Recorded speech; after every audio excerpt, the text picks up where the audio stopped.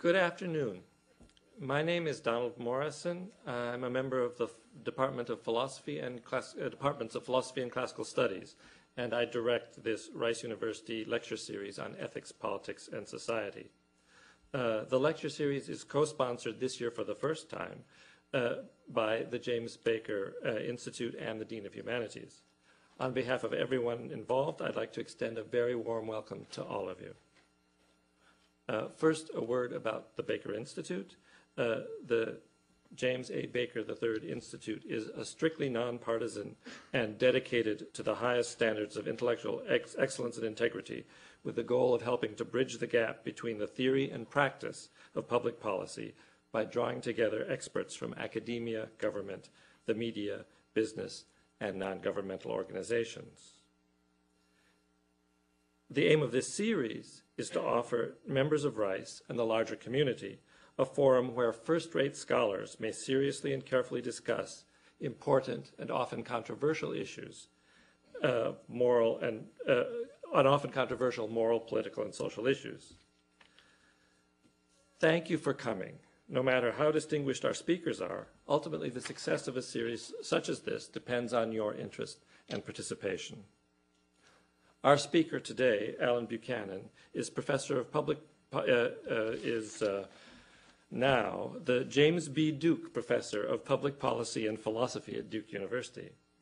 His institutional abode at Duke makes him perfect for this new incarnation of our lecture series, a partnership between humanities, in particular the philosophy department, and the Baker Institute, since he has joint appointments at Duke in the philosophy department and the Sanford Institute of Public Policy. He's a prolific author. I counted 50 articles, 2 books, and 3 edited volumes just in the last decade. His writings range over bioethics, political philosophy, and philosophy of international law. Titles range from The Discourse of Fundraising to Equality, Human Rights, and Human Nature.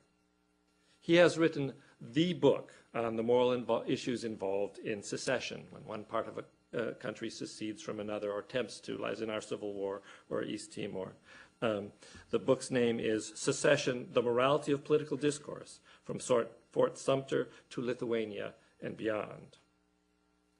His most recent book on bioethics is a co-authored volume, From Chance to Choice, Genetics and Justice. Much of his current work involves collaboration with the distinguished political scientist Bob Keohane, in which they attempt to combine the perspectives of institutional analysis and moral philosophy, hopefully with the enrichment of both. I give you our speaker.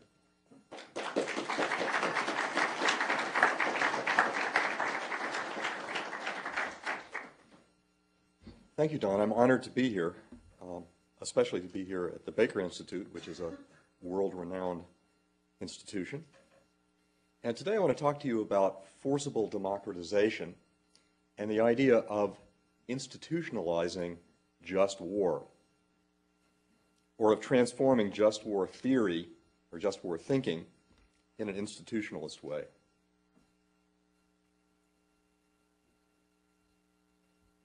I'll be referring to something I'll just call the traditional just war norm.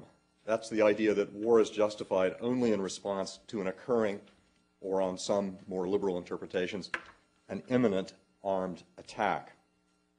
Now that's a very constrained norm about justified war. It rules out preventive war, war to avert a temporally distant harm.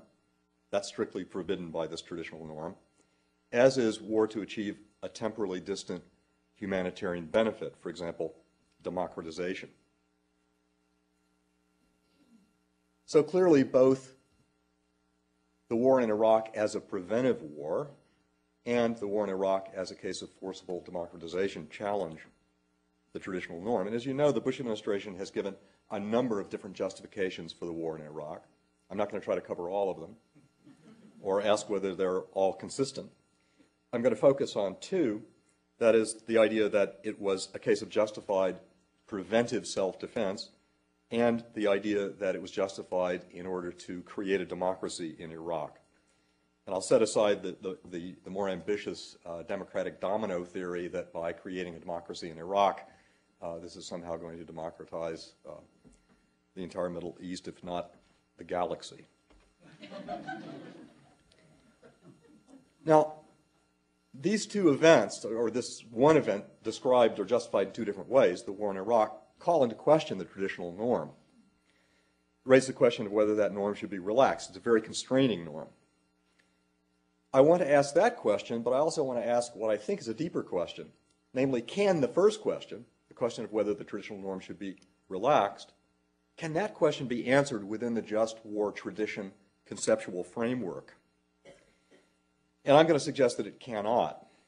Here's a preview of where I'm trying to go. First, whether the traditional norm should be relaxed depends upon whether a more permissive norm can be embedded within a new institutional framework. And second, the conceptual framework of the just war tradition is inadequate for answering the question of whether a more permissive norm should be adopted, because the just war tradition conceptual framework is insufficiently institutional. I want to argue that in the controversy about what the proper norm for just war is, the proper object of assessment is alternative combinations of norms and institutions. That is, norm-institution packages, not simply alternative norms. Most of the current normative literature, the literature about what we ought to do, what's right or wrong concerning just war, is very limited. It either assumes that there are no institutions. For example, a lot of philosophers who argue about the just war simply try to pump moral intuitions by appealing to abstract moral reasoning about hypothetical cases, no whiff of institutional context, or sometimes in the literature it's simply assumed that we're to work within the framing assumptions of the current existing institutional structures, in particular the Security Council as the authorizer of use of force decisions, or sometimes there's an expansion beyond just considering the Security Council and the way it operates with a permanent member veto to considering the possibility of what I'll call institutionally unstructured ad hoc coalitions, that is, groups of states making decisions about to go to war without Security Council authorization. But what I want to suggest is that those aren't the only alternatives. Now, I think it's both a strength and a weakness of just war tradition thinking that it cleaves to this non-institutionalist assumption. That is, it tends to assume that institutional resources for structuring and constraining decisions concerning war are negligible. Another way to look at it is that just war tradition thinking makes a lot of sense if you assume that institutional resources are negligible and think of the norms of just war theory as being addressed to the conscience of leaders.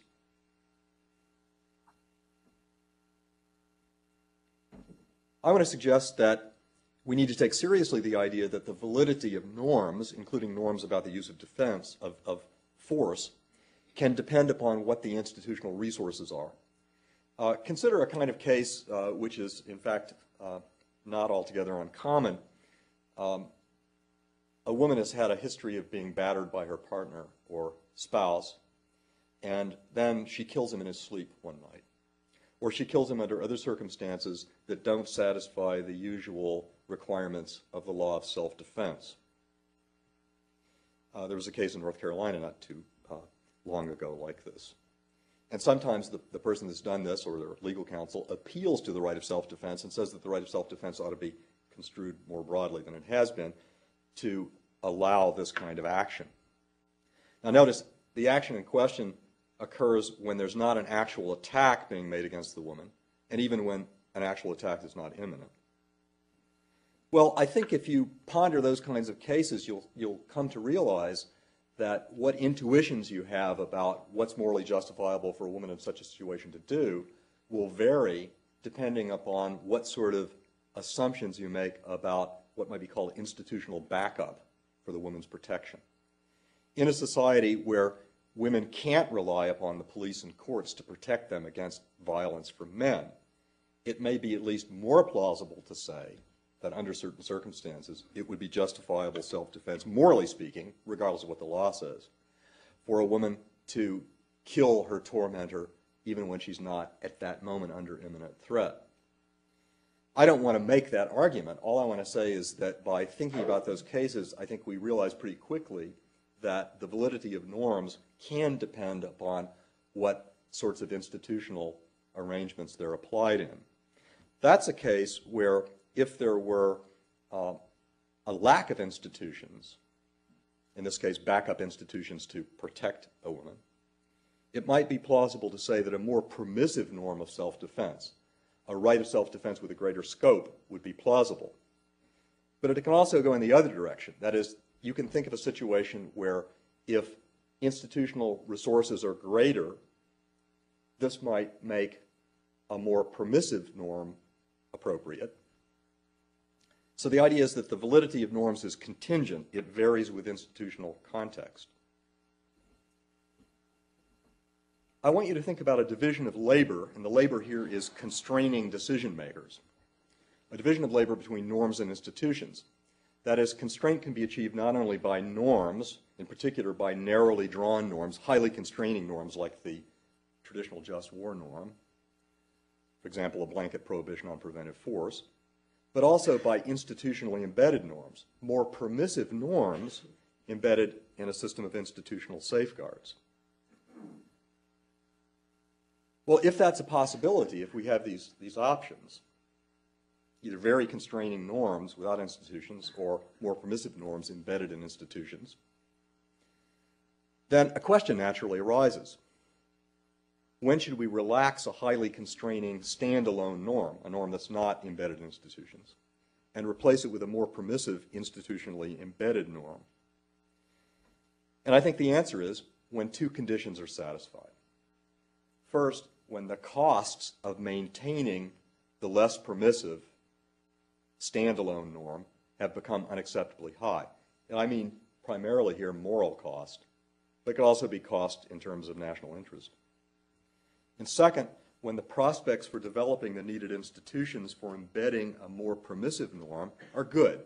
That is, when it's feasible to create the institutions in question, and when, if they were in operation and it were feasible then to use the more permissive norm, this would be a moral improvement. And in particular, it would be a moral improvement because you would have avoided some of the cost that came along with having the standalone, less permissive norm. Now, that sounds pretty abstract. I'm sure it'll become clearer, I think, as we look at some cases. Now, let's think about the case for preventive war, in particular for preventive war as an exercise of the right of self-defense, and see how it looks differently when you take this point about a division of labor between institutions and norms into account.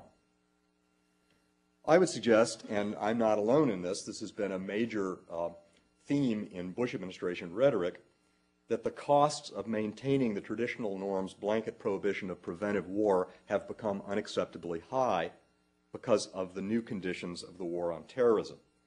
What are the new conditions? Well, hold on a second. Skip that. Weapons of mass destruction are widely available. Those weapons are rapidly and covertly deployable.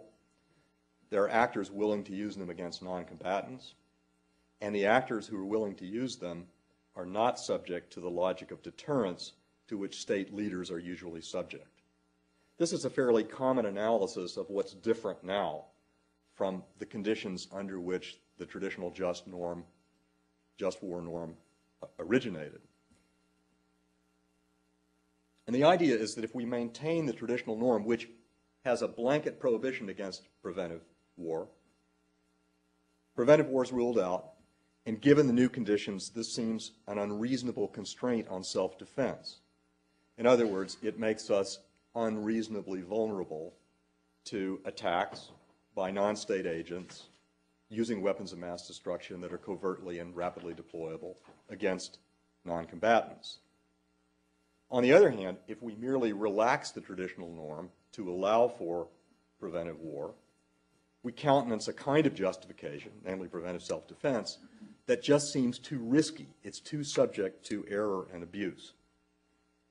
Here are some of the extraordinary risks involved in using the preventive self-defense justification. That is, in state leaders relying on this justification under these new circumstances to justify going to war when you're not currently being attacked and attack is not imminent. That is, using military force to avert a temporally distant anticipated harm. Well, as I just suggested, that's an inherently speculative kind of justification, and due to its inherently speculative character, the use of this justification is subject to serious risk of fallibility. For example, error with regard to predictions of harm to be averted, bias, and outright deception. And in the case of error, we have a pretty good example of this, right? The failure to find weapons of mass destruction in Iraq. I mean, it's ironic, there seem to be weapons of mass destruction almost everywhere except Iraq. Now, recognizing these special or extraordinary risks of relying on preventive self-defense justifications, the traditional norm responds by taking the justification off the table. It just says, that's out of the question. There's a blanket prohibition on it. It never allows it to get started as a possible justification. But as I suggested before, there's a cost to doing that, right? Namely, it looks like that imposes a very strong constraint on our ability to defend ourselves in these new circumstances. Here's what I would suggest is a better response. Accommodate the new conditions of the war on terrorism, just for short, by relaxing the traditional norm so that it does not rule out preventive war, but then require that the decision to wage preventive war must be made within an institutional framework that ameliorates the special risks of this type of justification. Again, there's the idea of the division of labor between a slightly more relaxed norm, a more permissive norm, and it's institutionally being embedded in a way that reduces some of the risk that would attend simply relying on the norm by itself without the institutions. Now, in a paper that I co-authored with Robert Cohan, who Don mentioned earlier, we develop a sketch of what we think would be the needed institutions for sort of domesticating the justification in terms of preventive self-defense, that is, making it not too risky to use. And that's the citation for it. I'm just going to briefly summarize a little bit of it and then move on to the forcible democratization justification. The kind of institutional arrangement that we suggest, and we don't give a cookbook, we give some guidelines because we think there are a number of different kinds of institutional embodiments that could exemplify them. The guts of it is that there's a kind of bilateral accountability contract between the party proposing the use of preventive force and those who have qualms about this and seek to control or regulate the use of preventive force. And the bilateral accountability contract is structured in such a way as to provide the right incentives for both of those parties. For the proposer, it's designed to provide incentives to use accurate information, in particular, make reasonable predictions about risk, not inflate the expected risk. And for the would-be regulators, those who might want to put a brake on the party that's proposing to use preventive force, incentives that would reduce the risk of their shirking or free riding or the risk that they'll engage in unprincipled opposition to the proposal for preventive force. Now, a key feature of this bilateral contract, this two-sided contract, is that the proposer agrees ex ante to provide full access on the ground after the major military operation to an independent body to evaluate whether the ex ante justification that the proposer gave was reasonable and sincere. And this is crucial, otherwise it really doesn't amount to a lot, if the evaluation of this independent body is negative, there are significant costs for the proposer. If it's positive, those opposed to the war pay higher cost, either higher military cost or higher cost of reconstruction or both. Now, I'm not defending this proposal here. I'm not going to flesh it out enough to make a defense of it at all plausible. I just want to give you sort of the flavor of it.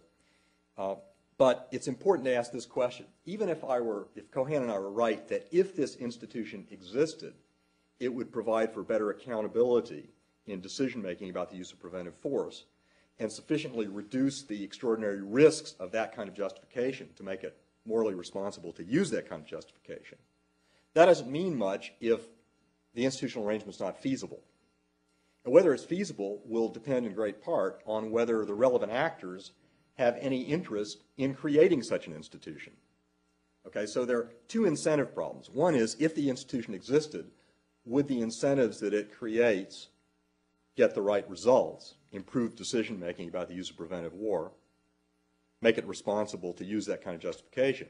But then the other is, what incentives would anybody, any relevant body, have for creating this kind of institution? And we divide this up into what would be the incentives for creating it on the part of those who are likely to propose the use of preventive force, and what are the incentives for the others who might be interested in restraining the use of it. And the key point about the proposer is that if this institution were in place, instead of asking for a blank check, which is basically what the U.S. did before invading Iraq, the proposer submits to this kind of accountability regime and thereby can achieve credibility. Now, why is credibility important? Because credibility facilitates support and cost sharing. Think about the difference between the first Gulf War and the current Iraqi war. In the first Gulf War, 80% of the cost of the war were borne by parties other than the United States. In the current Iraq war, an even higher percentage of the costs are being borne by the United States. And it's not surprising. There was nothing in the decision-making process and nothing in the way in which the proposal to get UN authorization for the invasion was made that would have solved the credibility problem for the U.S., who in this case was the proposer of using preventive force.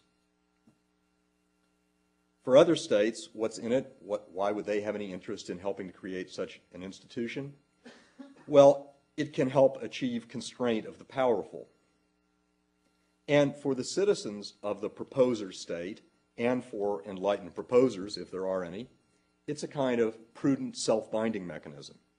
That is, quite apart from moral considerations, this kind of accountability regimen can protect a party that might be interested in proposing the use of preventive force from making serious errors which can be against its own interest.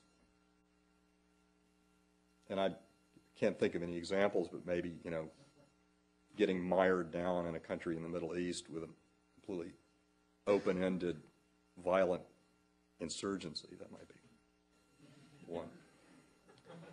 Now, I've described a situation where the cost of continuing to adhere to a highly constraining norm seemed to be going up because of these new circumstances. And yet it also looks like there are problems about simply relaxing the norm without any kind of institutional innovation. What I want to suggest is that whatever you want to do, you don't want to do this. You don't want to simply relax or abandon the traditional norm in the name of responding to the new risk brought about by the new conditions of the war on terrorism without addressing the special risks of the preventive war justification. I think there's a lot of wisdom in the just war traditional norm that strictly forbids preventive war. It does that in response to really serious risks. I think you have to cope with the risk, and so I think if this is an accurate description of the Bush policy, I think it's a huge mistake. Now, I've just talked about the idea of preventive war as being one challenge to the traditional just war norm. The idea of going to war in order to create forcibly a democracy is another challenge. And that's what I want to look at now, and I want to see whether the same kind of analysis I'm suggesting would apply to the case of forcible democratization. Like the preventive war justification, the forcible democratization justification carries special risks due to its inherently speculative nature. In particular, uncertainty about how democracy comes about in general and how it comes about through forcible actions, how it could be imposed.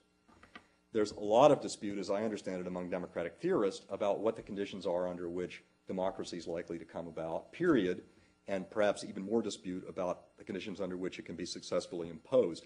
I'm not a democratic theorist. In a moment, I'm going to sort of pull together some suggestions, a sort of hypothesis about the conditions under which forcible democratization is more likely. but that's highly speculative, and my main argument is not going to depend on it. But so the idea is that, as with the preventive war justification, this second kind of justification that challenges the traditional just war norm carries special risk due to its inherently speculative nature. But also there's something else about this second justification, the forcible democratization justification, that makes it in some ways even riskier, or at least introduces another risk that's not present with the preventive self-defense argument. And that is, there's a kind of double indeterminacy of the goal that's set forward in this justification. What counts as democracy is vague or ambiguous or subject to controversy. I'll talk a little bit more about that in a minute. But also, how far in the future the goal is supposed to be achieved is left unclear. Now, given that that's so, there are special risks that are attendant on that. The double indeterminacy of the end or the goal increases the risk by making failure of the effort easier to deny for a longer period of time. Right? I mean, it's sort of common sense in a way. So, no, it hasn't failed, it just hasn't succeeded yet. And second, the indeterminacy of the goal facilitates what you might call goal substitution. That is, making it easier for the forcible democratizer to pursue other ends under the cover of democratizing.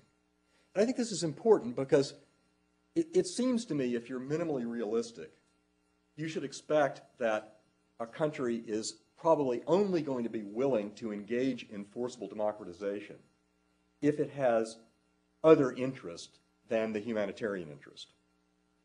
That is, it's going to have congruent interests which speak in favor of it invading the country and attempting democratization, in addition to whatever good would be done for the people of that state by achieving democracy.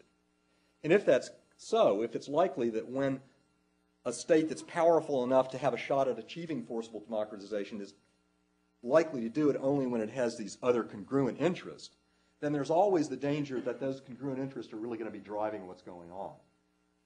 And given the indeterminacy of the end, it's easy for that to happen and for it to go on for quite a long time before it's conclusively detected.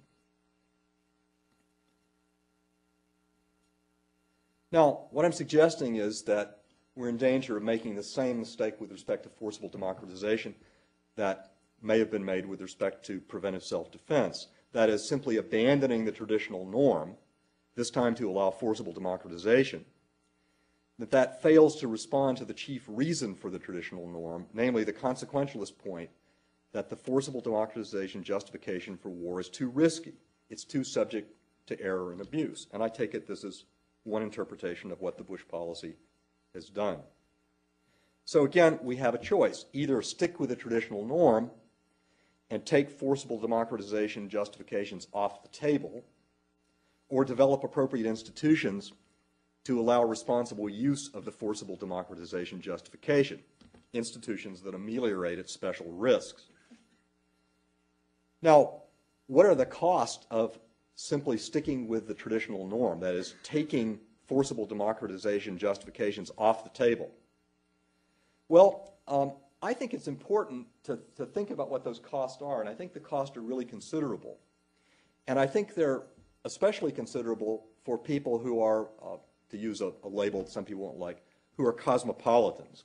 And by cosmopolitans, I mean people who take human rights seriously, including the human rights of foreigners, not just the human rights of their fellow citizens, who care about human rights, who care about democracy because they think democracy is the best institutional arrangement for securing human rights, and who think that there can be situations where it's unlikely that democratization will occur without forcible intervention from the outside. That is, from a cosmopolitan point of view, I think you can argue that the costs of sticking with the traditional just war norm and thereby taking forcible democratization justifications off the table entirely are high, given these assumptions. And I think these assumptions are shared by most people who could be properly characterized as cosmopolitans. Namely, they think that sovereignty, and hence immunity from external force, is not absolute. They think that sovereignty is earned. It depends upon the protection of human rights. They think that democracy is the only secure basis for the protection of human rights, at least in general. And they're very leery about what you might call one-off humanitarian interventions, as opposed to democratic institution building. That is, they're not very sanguine about the idea that if you just intervene briefly and stop the current genocide or the current ethnic cleansing without changing the institutions in the country in question, that you're really going to solve the problem. I mean, if you think about the situation in Rwanda, 1994, I believe Dallaire. I think that with 5,000 reasonably equipped, sort of medium equipped troops, it would have been possible to stop that genocide in Rwanda. But it doesn't follow that you would have stopped future genocides, because there in fact had been a cycle of genocides in Rwanda and in neighboring Burundi. And if you think that way, if you think that, you've got to get at the root of the problem, then you may be tempted to think that what you need is basic institutional change.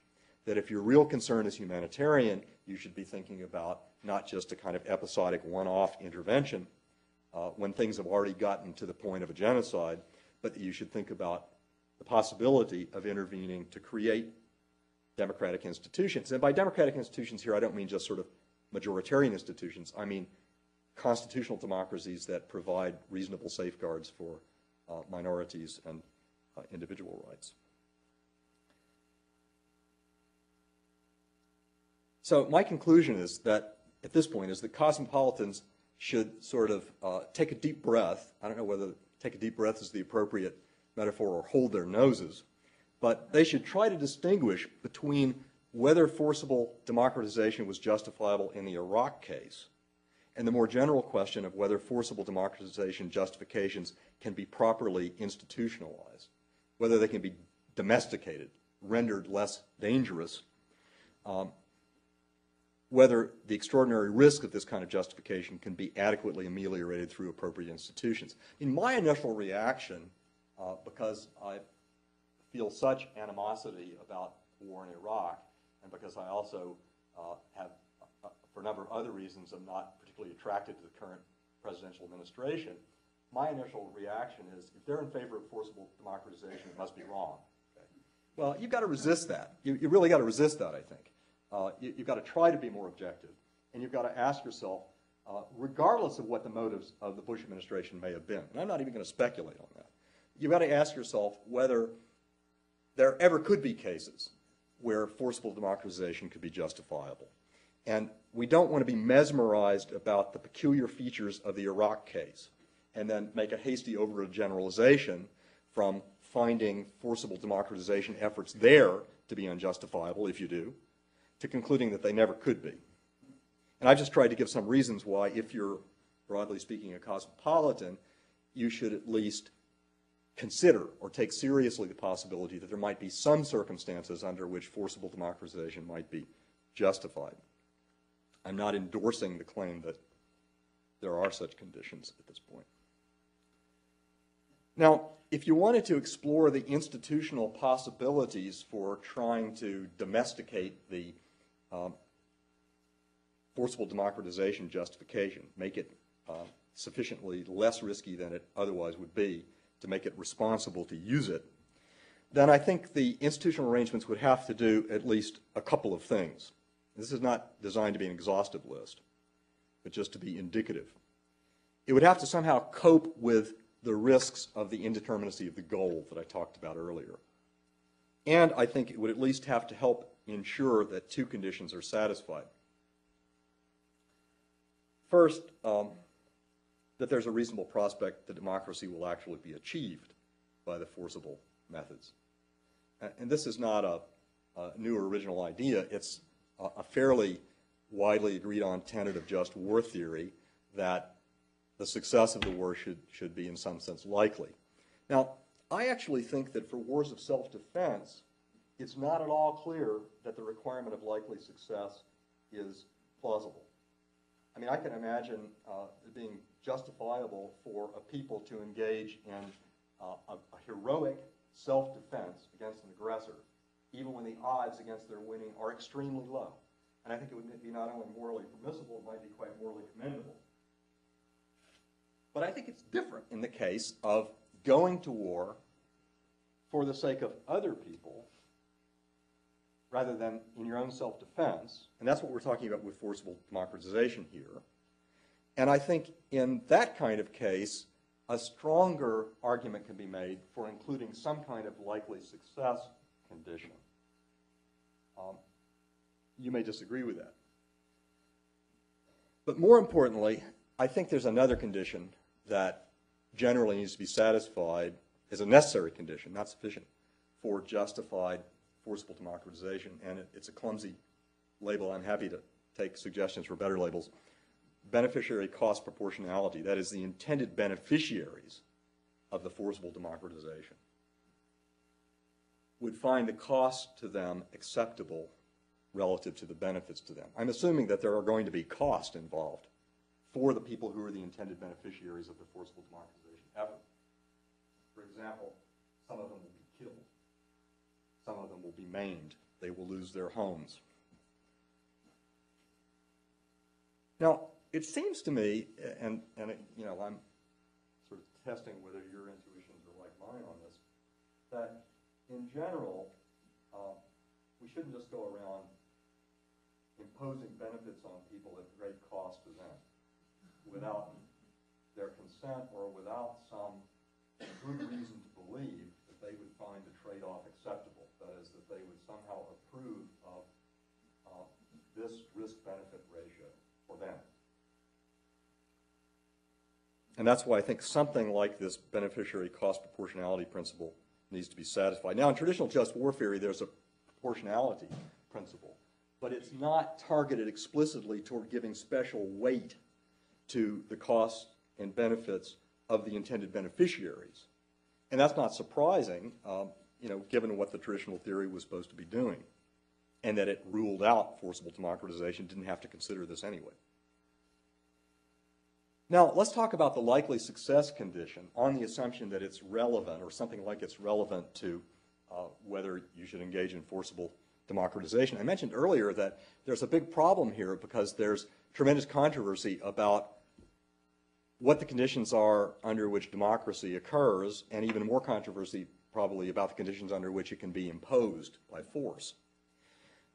So I'm just going to offer a hypothesis, and that if there are experts on democratic theory in the audience who will say I'm a complete numbskull, this won't come as a complete surprise, though I have talked with some people who are purported experts on this, and they seem to think this doesn't look terribly unreasonable.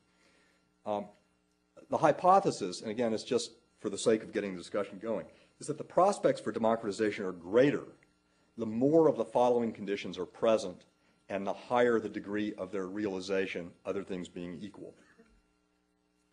The current undemocratic regime is foreign. Okay? I mean, if the authoritarian regime is an alien regime, then you'd think, other things being equal, you have better prospects, if you depose it forcibly, of instituting a democracy. Second, there's a history of democracy in the country in question.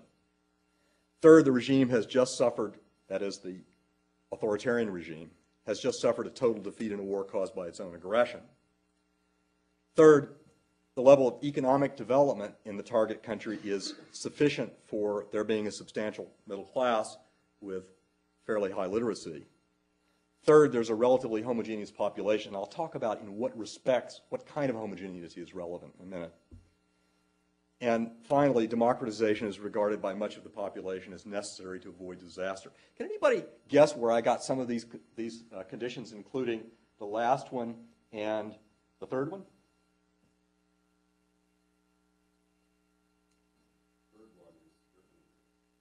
Yeah, I think the third one and the last one are Germany and Japan. Right, those are our two shining cases of successful forcible democratization. And in my understanding of the history is that this last item is important for Japan and Germany. It was pretty clear, it was made clear by the United States that if the Germans didn't accept the democratization project, they were very likely to fall prey to Soviet domination. It was pretty clear to the Japanese that if they didn't purchase the defense umbrella of the United States by cooperating with democratization, they were likely to fall prey to the Soviet Union or to an extremely and understandably vengeful China, a resurgent China, at some unspecified future date. So I think that it matters how the alternatives to democratization are framed by a good part of the population. And that's why I've included that condition.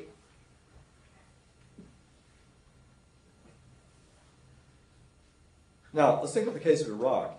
It seems to me that only one of the criteria at most was satisfied: economic development, sufficient support of the substantial middle class, high literacy. And I'm not even so sure about that, because by the time of the U.S. invasion, economic development was seriously undercut by a decade of sanctions and by Saddam's mismanagement. That is, one of the things that was discovered after the, quote, major military operation was over, which turned out not to be the major military operation, was that the economy and the infrastructure were really wrecked. And I mean wrecked prior to the looting that occurred in the immediate 3 weeks after the end of the, quote, major military. But at any rate, even if that condition is satisfied in Iraq, it seems to me that most of the other ones aren't. Now, let me back up a second.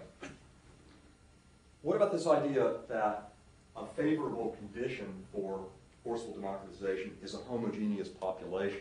What does that mean?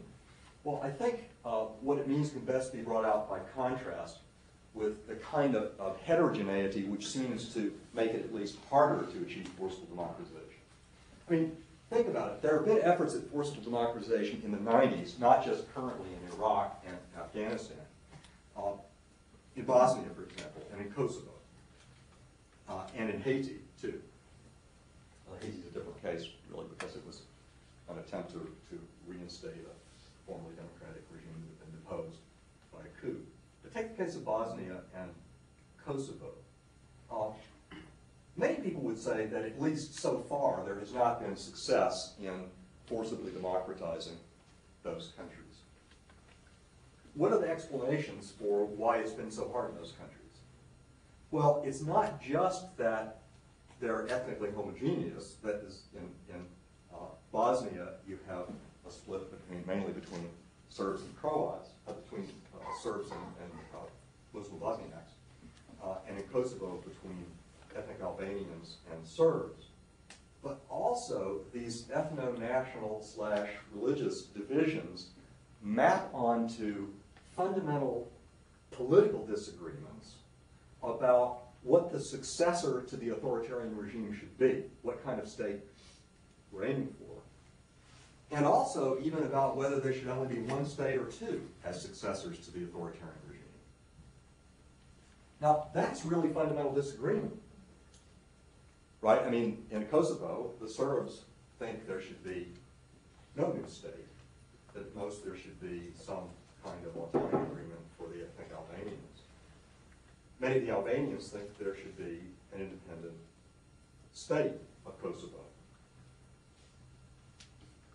Now, when you have not only this kind of heterogeneity along ethno-national or ethno-national religious cleavages, but they map onto fundamental disagreements about what the goal of democratization is. One state or two, centralized state or federation, asymmetrical federation or symmetrical federation, majoritarian state or constitutional democracy with strong protections for minority rights, secular democracy or religious theocratic democracy. When you have all of those kinds of disagreements, then it's not surprising that the project of democratization is going to be more difficult for the forceful democratizer. The forceful democratizer is generally going to have a particular view about what sort of democracy is the goal. And given who the forcible democratizers are, it's going to be a liberal constitutional democracy of a roughly secular sort. Now, this makes a big difference as to how you make this judgment about what I call beneficiary cost proportionality. Take a case where you've got a population that's heterogeneous in the way that I described. Even if all the different groups estimate the cost to them of the forcible democratization as being roughly the same, their estimates of the cost-benefit ratio may vary enormously depending upon what they think the likely outcome of democratization is going to be.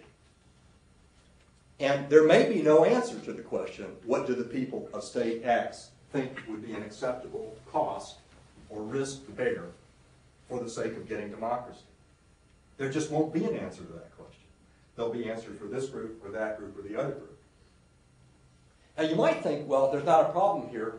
You just need a conception of justice which will tell you whose preferences ought to be taken seriously. Well, I think especially when it comes to disagreements about whether there should be one state or two, whether there should be partition at some point down the line after the democratization thing gets going, I don't think theories of justice will always tell you an answer to that question. And you're left then with a situation where there is no answer to the question of whether the beneficiary costs are proportional. That is, whether ex ante, you, the proposer of forceful democratization, have good reason to believe that the people upon whom you're trying to impose democracy would take the risks that you're imposing on them, the cost they're likely to bear, to be acceptable, given a reasonable likelihood of success in the outcome. Now, that makes it hard. I'm not sure it means there could be no feasible, appropriate, institutionalized process for domesticating this kind of justification. But at least it would have to do some hard things. The institutionalized justification of forced democratization would have to discriminate between cases where the prospects of success are likely and when they're not, using appropriate criteria. And this process of discrimination would have to be gone through by a credible, independent body. I mean, after all, part of the problem with this kind of justification, as with the preventive self-defense justification, is that the very parties that are likely to want to use it have all sorts of incentives being brought to bear on them that are likely to produce errors and biases and, in some cases, outright deceptions. And the institution would have to provide reliable information relevant to the beneficiary cost proportionality assessment, again from credible, independent sources. Now here's a serious obstacle, in addition to the one that I mentioned before, about how you could make this assessment about beneficiary cost proportionality. In some cases, perhaps many cases, the very lack of democracy, lack of free speech, absence of civil society institutions that make a country a potential target for democratization make it hard to determine whether intended beneficiaries would find the cost acceptable to them. Right? I mean, it's not as if you can go do, you can't go poll them, right? They can't come out and say, gee, we really would like democratization, we're willing to bear this amount of cost. Why? Because they'll be killed if they say that by the current regime. Now, it seems to me there are two ways you could go about trying to make this beneficiary cost proportionality assessment given this problem. One is you could try to make an inference about what these people would find acceptable on the basis of what people generally find acceptable. But I think that's risky because these people might turn out to be an exception in some sense. And also our own biases, our own parochialism, what we would prefer or what we think we would prefer by way of risk-benefit trade-offs might really infect any such attempt. The other possibility would be to somehow create some way of trying to determine what these people actually prefer by using something you might call reliable proxy preferences. Are any of you familiar with the work of James Fishkin on deliberative polling? He's a political scientist at the University of Texas. So you should know about him, right? We're in Texas. The idea roughly is that it may be possible to bring relatively limited numbers of people together and structure their interaction in a way that will enable you to elicit their preferences, where their preferences will be reliable proxies for the preferences of other people. Now, I don't know whether that would be possible in the case of some of the countries that might be likely targets for forceful democratization. But I think it's worth thinking about, and it's the kind of thing that a philosopher like myself not likely to know much about, and that I certainly intend to be talking not only to Bob Cohan about this, but also to James Fishkin about whether any of the work that Fishkin and others have done along these lines might be useful for trying to deal with this problem of how you answer the question of whether the intended beneficiaries would accept the likely cost relative to the expected benefits of their actually getting democracy was achieved, given that there may be real constraints on their ability to voice their preferences in a truthful way because of the repressive regime that they live under. Now, what about the other big problem, coping with the special risks that arise from the twin indeterminacy of the goal of the forceful democratization, namely democracy? Well, at the very least, this kind of institution for making responsible decisions about whether to take seriously the idea of forceful democratization would have to specify benchmarks for progress toward democratization. And that would mean getting some kind of agreement on what counts as democratization and what's a likely pathway toward it. And there'd have to be mechanisms for monitoring progress. So it's not enough to have benchmarks. You have to know whether the benchmarks are being met or not. And then, last but not least, there'd have to be some way of attaching cost to failure to make appropriate progress. Unless you can do those things, it seems to me this problem about the indeterminacy of the ends is a really serious problem for the responsible use of this kind of justification. Now, whatever else you can say about what this institution would be like, a necessary condition for doing any of these things it has to do, it seems to me, is that it has to be multilateral. That is, this is not a kind of situation where you could trust any country that would be likely to take seriously the idea of forceful democratization to be its own policeman, to develop these institutions for itself and apply them appropriately. It just seems to me that that's asking too much. That's not taking seriously the very risks that lead us to look to the possibility of institutionally embedding a more permissive norm. Now, to say it needs to be multilateral is not to say that it should be run by the Security Council, or that all of this should be done by simply taking the existing Security Council decision procedure and then adding some stuff to it. I am deeply skeptical about the Security Council operating under the permanent veto. I think it's a kind of blunt instrument check system. The veto is a check, but it's not a principled check.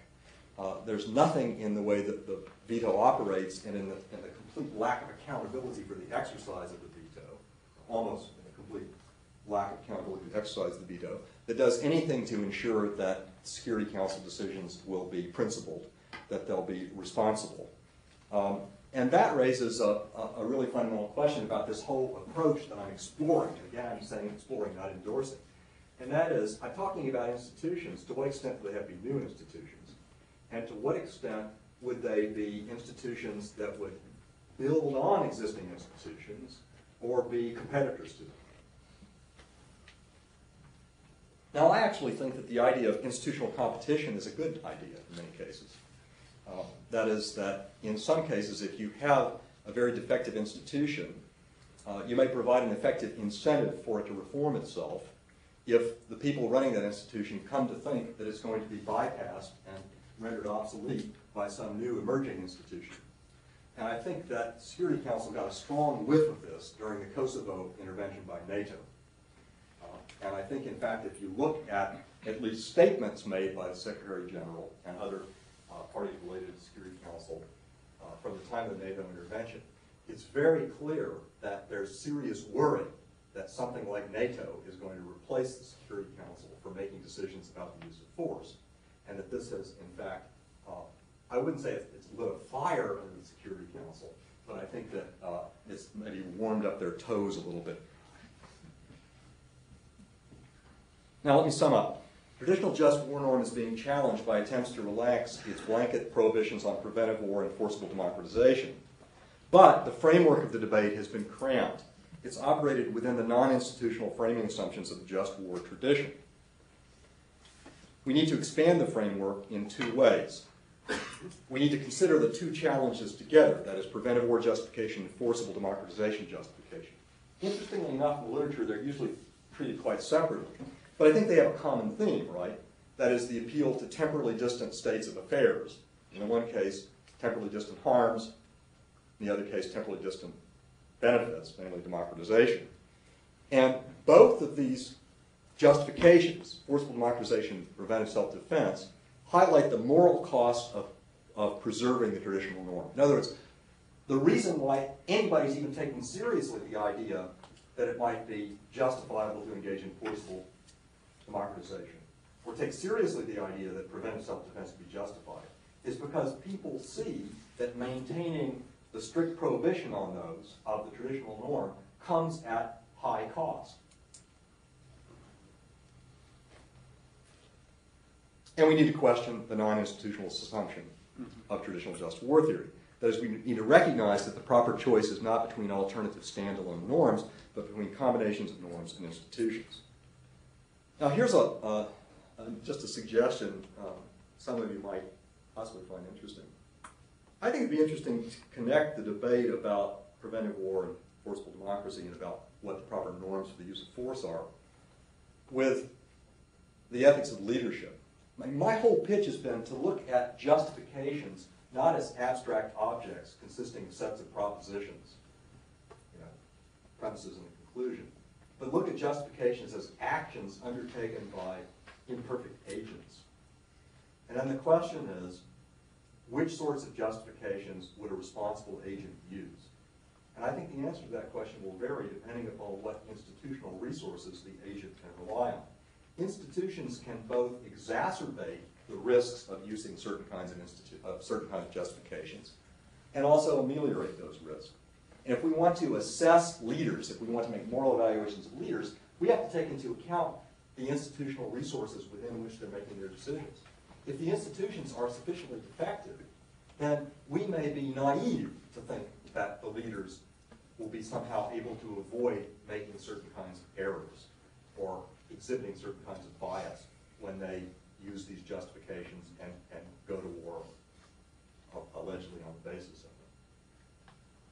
them. The risk that leaders bear in making decisions, the kinds of things they can do wrong, cognitive mistakes, moral mistakes, vary with the kind of justification they're using and with what the fit is between the capacities of the justifier and the demands of the justification, particularly the information demands.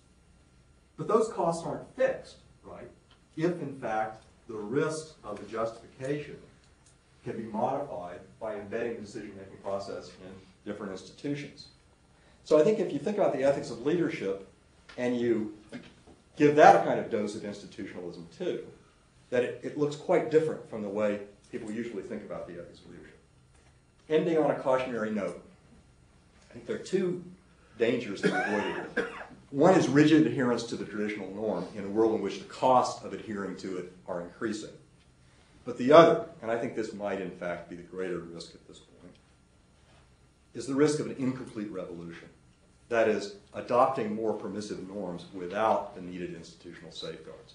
And that, I think, is exactly what the U.S. administration has been doing. Thank you.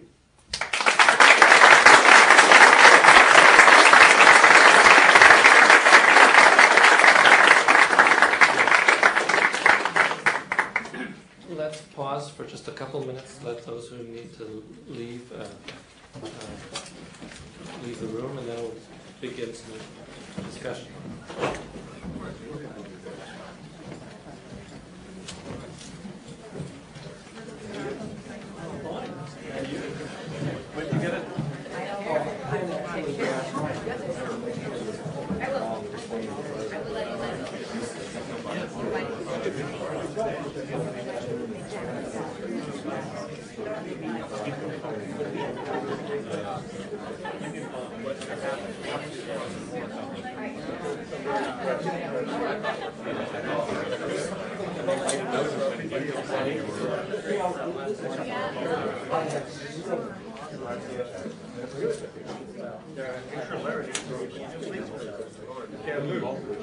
This is my tough time today.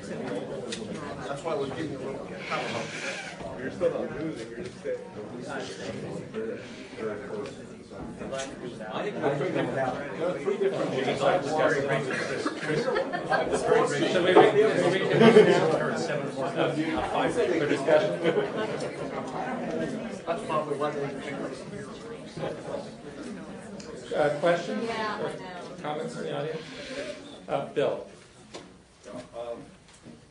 Hi, Bill. I haven't seen you since you were a graduate student at the University of Minnesota 35 years ago.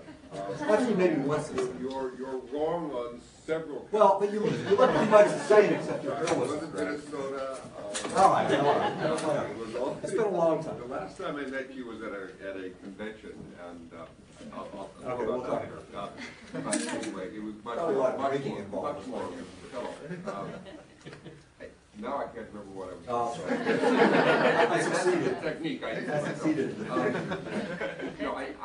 Something I like very much about your talk. I like the idea of the complementarity of institutions and norms for individuals, and that seems to me to be dead on. I had a sort of small point about the first part, the preventive war part. It seems to me you were suggesting that if we had appropriate institutional safeguards, we could have a more permissive norm. Well, there's another condition, but go ahead. Yeah, right. But there's another way to look at it, it seems to me. Sometimes if there are appropriate institutions, you can make the norm less permissive. Right. So That's the battered woman analogy, right? That is, if you had better institutions internationally to protect vulnerable states, then you'd have a narrower scope for the norm of self-defense. That's right. Because states wouldn't have to rely exclusively on their own power to defend themselves. That's the battered woman example. Right, which is when I wrote it down, actually.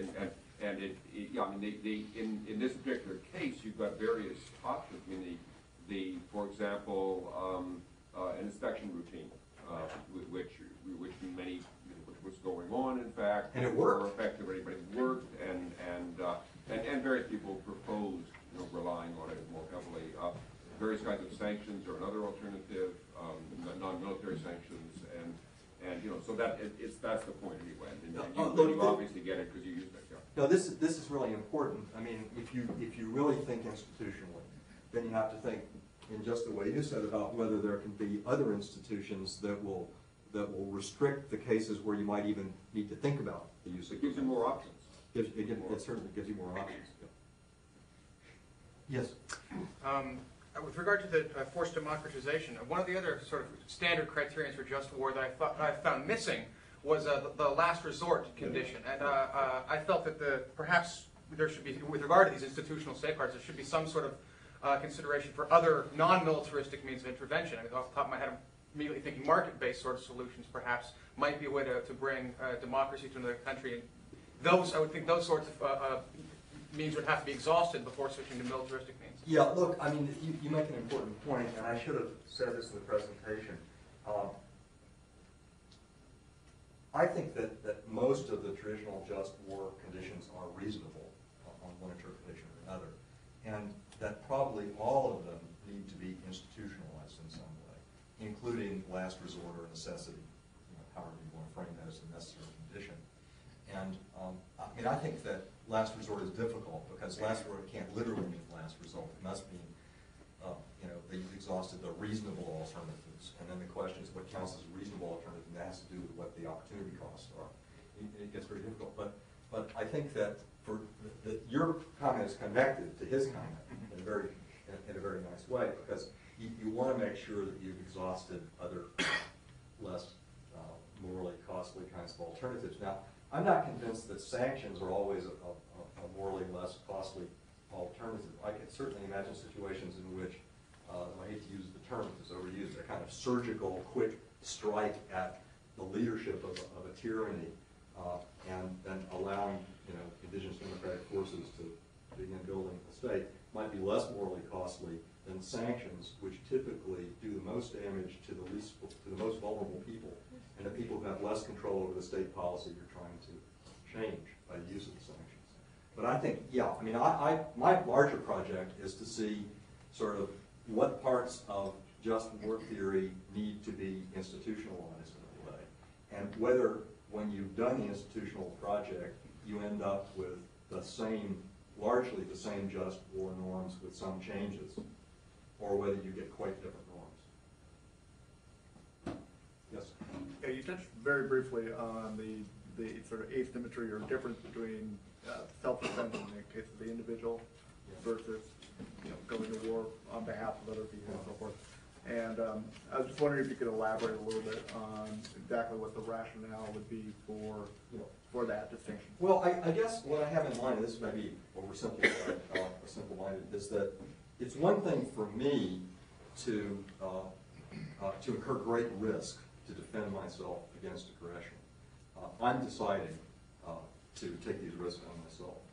But it's another for you to decide that it's for my own good that I incur these great risks in order to achieve something that you think is good. So it's a sort of anti-paternalist principle or principle of respect or something like that. Now, I think it gets difficult to apply it at the level that we're talking about in just war theory, because you're not dealing with just one individual. And so, and there will be, for reasons that I said, there are going to be different groups within the potential target society for forcible democratization who have quite different views about whether the costs that you may be imposing on them are acceptable, and different views about what the benefit is. So I think it gets very difficult. On the other hand, I don't see how you can get around some such condition. Otherwise, you get a kind of rampant, disrespectful paternalism where we say, well, yeah, this is, democratizing you may cost a third of the population, but we think it's, it's really worth it. Right? And again, a lot's going to depend on how bad the democracy is, the anti-democratic state is. I mean, I've just used, anti-democratic in a completely shamelessly vague way here. There can be some society, depending on how high your standard for democracy is, you can have a society that's not democratic, but it might be a fairly benign society.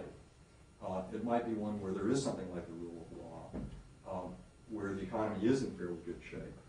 I mean, do you consider Singapore to be a democracy? Some people say yes, some would say no, but I don't think it's a likely target for forcible democratization.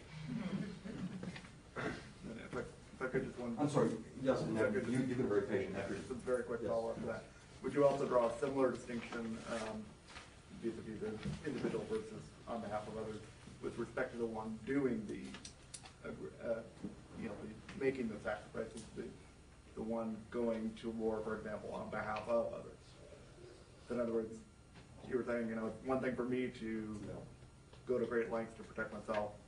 Would you draw a similar distinction between me going to great lengths on behalf of another individual or another nation, that kind of thing? Well, I mean, that raises another issue that I haven't mentioned here, and I did write a paper about it a while back, and that is the problem about the internal legitimacy of going to war.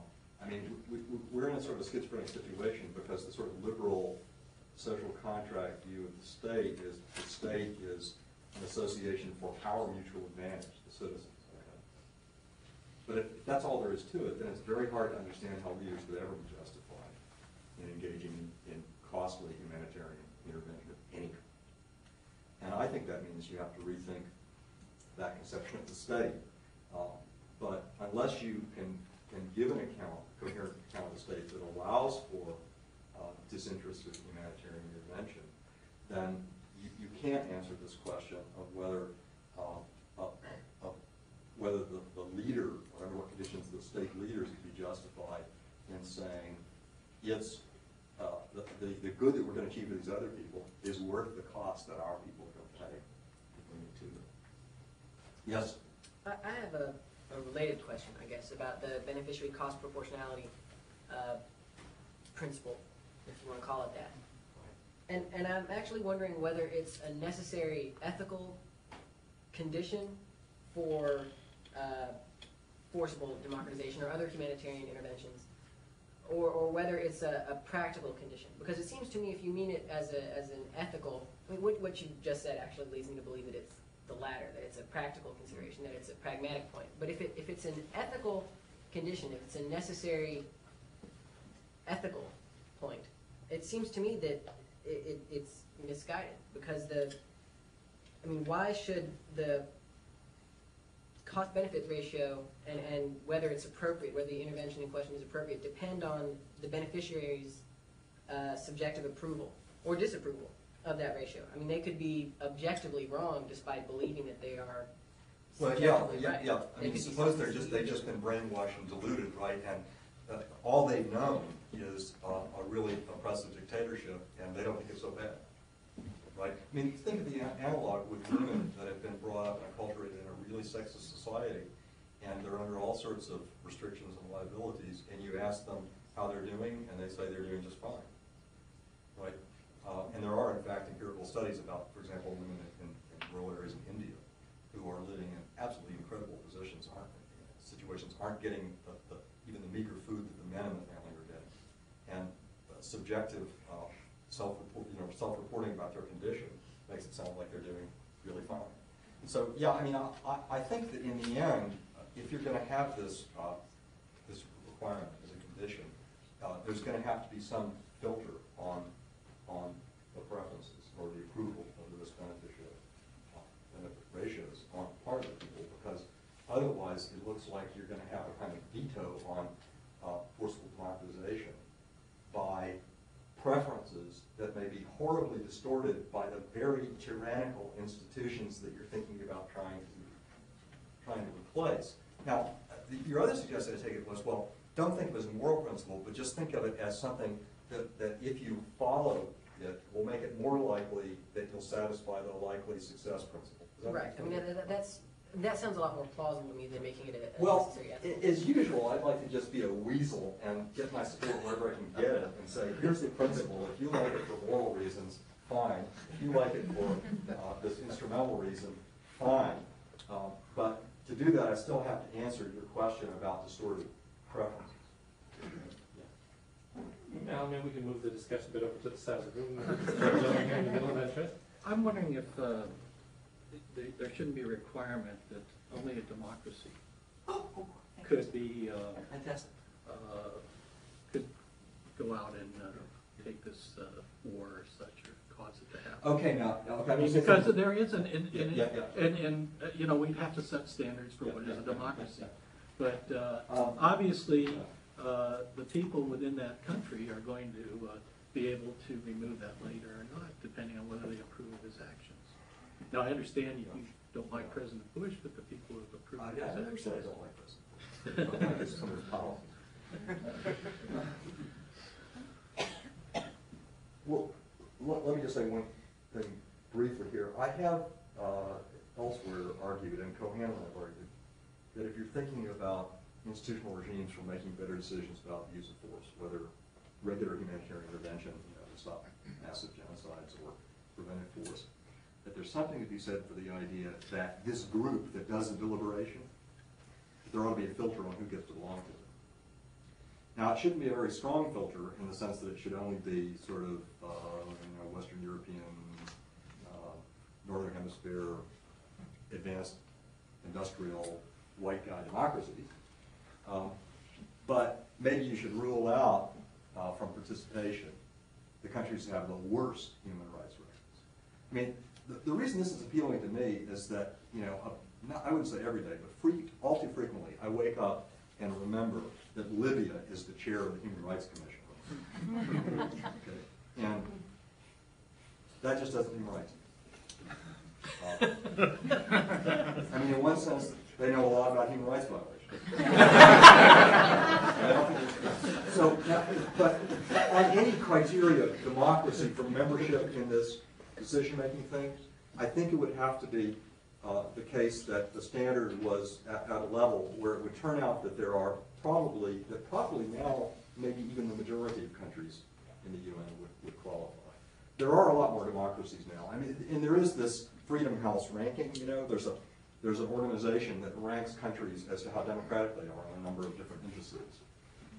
And there are more of them that are satisfying more of the criteria. And so I guess I'm saying that if I were to entertain your proposal that there should be some qualification for membership in the decision-making regime, that it should have a notion of democracy that would make it very clear that there will be participants from both hemispheres, and that there will be some less developed countries in it, which I think there would be, for example, India. which I think is a democracy of sorts. And Indonesia has had 3 democratic elections in a row. And I think there's something to that. If you're thinking about improving the reliability of decision making, there are a couple ways you can do it. One, you can start out with more reliable agents, and that's your proposal, right? The other is you can start out with more reliable agents and structure things so that they do the best they can. And I think you should rely on both kinds of resources for improving decision making. But I would be leery, both for moral grounds and for reasons of perceived legitimacy, about having the criteria for membership be too stringent. Because then, whether it is or not, it will look like the same old sort of white guys club of civilized nations making decisions for everybody else. Yes? I'm sorry, who was next? Let's get Richard, just add that for a while. My goal is to see whether your proposal is a little bit more radical than it might seem. Okay. I mean, your presentation, your presentation goes under the color of a reflection on just war theory. I wonder if it's really indicating something like proper international policing theory. I mean, if war describes nations in a state of nature. And when you talk about just war theory, the sanctions available are moral sanctions. People or institutions go away being blameworthy or having acted in moral fashion. Kant's argument of how to move towards perpetual peace is to set up institutional frameworks where the costs are more than just moral. There are other, and he, in the end, steps away from a super state. There are various multilateral institutional frameworks where one moves from really war, just war, to just international policing. And there I want to know if you could cash in some of the suggestions you make of what that institution would look like. Because if you move away simply from the moral sanction to more than moral sanction supervening, then one has to see what the plausibility of those structures would be like. And so that's what I take to be, you're not really giving us an account of just war theory. You're suggesting, like Kant does, taking nations out of the state of nature and moving them into some sort of quasi-transitory context. What are those institutions going to look like? I mean, that gives you the cash value for more than moral sanctions. Yeah, I mean, well, there are 2 questions. One is, if these institutions were developed, would we say we're no longer in the domain of just war theory because we're really out of the state of nature? And I don't really have any stake in that. I don't care what you call it, basically. Okay? And I think you're right that, and this is another way of putting a point that I tried to make, that just war theory assumes a poverty of institutions. And that's a way of saying it assumes a state of nature, in fact. Okay? So I agree with that completely. And if you develop enough of the kind of institutions I'm gesturing toward, then what you might say is, oh no, this is not a revision of just war theory. This is getting beyond the circumstances of war. Okay, fine. But now, your other question is, what will these institutions look like? And I take it what you mean is, in particular, how centralized would they be? Well, how would they impose costs? Okay, well, so far, all I've talked about, and this has worked out a little bit more in the paper that Cohan and I did on preventive force, we've only talked about really kind of self-binding arrangements. That is, a voluntary coalition of reasonably democratic states where you have some who are likely to be proposers of the use of force in ways that violate traditional norms, some would like to be constrainers. And then the question is, can you think of an institutional arrangement that A, would lead to better decisions, and B, the various relevant actors would have some stake in developing. And our answer to the question of why the likely proposer of using preventive force might be interested in these institutions is to solve a credibility problem in order to get more support and cost sharing and perceived legitimacy, etc. But the only way this would work, the only way they could get credibility is through submitting to some kind of accountability regime that in effect gives hostages, right? And literally, I mean, I'm thinking about things like escrowing resources. And this has been done internationally, in fact, in other kinds of cases where there's been disputes, and before the dispute is resolved, each party is escrow certain resources which can be tapped then if the judgment goes against them. Now, you say, well, would the United States be willing to bind itself and set up some cost? I think it all depends upon how badly things go in Iraq and how much, what sort of lesson the U.S. learns about the need for support and for multilateral support and cost sharing. You know, it's clear that we're paying a big cost for not having solved the credibility problem earlier on. Now, whether this administration will ever deem those costs to be sufficiently high to make them rethink their relatively unilateralist policy, and whether they would think about self-binding or not, I don't know. Some future generation might. Future administration might. And again, a lot depends upon whether the leaders find any attraction at all in the idea of self-binding. That is, whether they take seriously the idea that they're fallible and see themselves subject to distorting forces in their decision-making and try to arm themselves against it. I mean, my view, maybe it's simple line, is the whole idea of having a constitution is a kind of self-binding. And that for people who recognize that power has to be current, you want to bind yourself in certain ways in your decision. And I, you know, sort of presented this idea to William Crystal at a panel discussion at Duke on the Iraq War. And he said, I don't think power can be constrained by law. And I said, well, you don't even think power should, you know, ever be interested in self-binding, you know, helping create law that protects it from its own excesses? And he said, I don't think that's a problem in our case. And at that point, I just said, well, I can say nothing further You restated my to question. refute you than what you've already said. Yep. Alistair. I want to come back to the previous question. I think maybe you conceded too much. I'm not sure that we should accept that you know, there be particular requirements on the you know, on whether or not the nation proposing the intervention itself be a democracy. And I think that, you know, for two reasons. One is that, you know, the sort of the vague nature of what it is, you know, to be a democracy. Attempting to understand, you know, to what extent this nation or any other particular nation is democratic is I mean,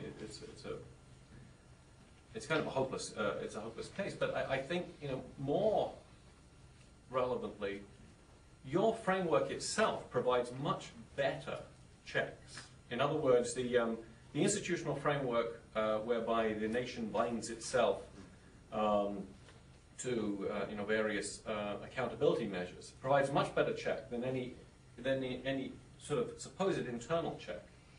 I mean, whether or not a nation's vote is interpreted as approval of a particular policy, I mean, that should be irrelevant, right? It should be irrelevant because, you know, as the leader goes, so may the nation go, especially when leaders control the media as they do in you know, even so-called democracies.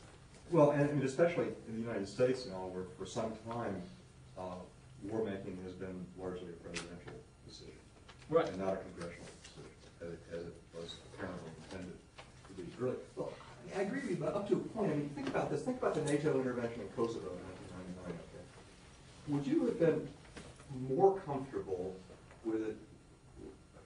Are you more comfortable with it being NATO that made the decision according to unanimity rule, as opposed to, say, a coalition of Pakistan and China and somebody else engaging in a humanitarian intervention? And the thing about the NATO members is they're each democracies of some sort. They at least have free presses, and there's some kind of internal accountability for the leaders. And also, the populations of these different democracies in NATO criticize the leaders in the other members of NATO. No. And so I think there is some kind of internal accountability that you could try to capture in a proxy way by saying, we're only going to allow people in this institution, states and institution, that aren't the worst offenders on being anti-democratic and human rights violating. Well, I grant you that, but I was addressing, I mean, your proposal proposed institutions that don't currently exist. So what I was saying is that if we take your proposal with its institutional accountability measures, right, then those institutional accountability measures are far effective and far more, ethically reliable measures than whether the population of the country that did the intervention is going to supposedly approve of it in a vote. I mean, given that. Oh yeah. So I mean, in the world as it is, given we don't have those measures, yeah. I mean, of those two choices, yes. I mean, I prefer the NATO one. But on the other hand, if it was a coalition of Pakistan and China and Saudi Arabia, but in an institutional framework where there's accountability measures, then I think that would be enough. I now understand your point. Yeah. And one more point, it's not particularly germane, but I mean, since you mentioned the irony of Libya being chair of the what is it? Commission, the only thing more ironic is a Republican being head of the Environmental Protection Agency. No, sorry, I can top that. John Bolton being the ambassador. Oh, God. Let's thank our speaker. And,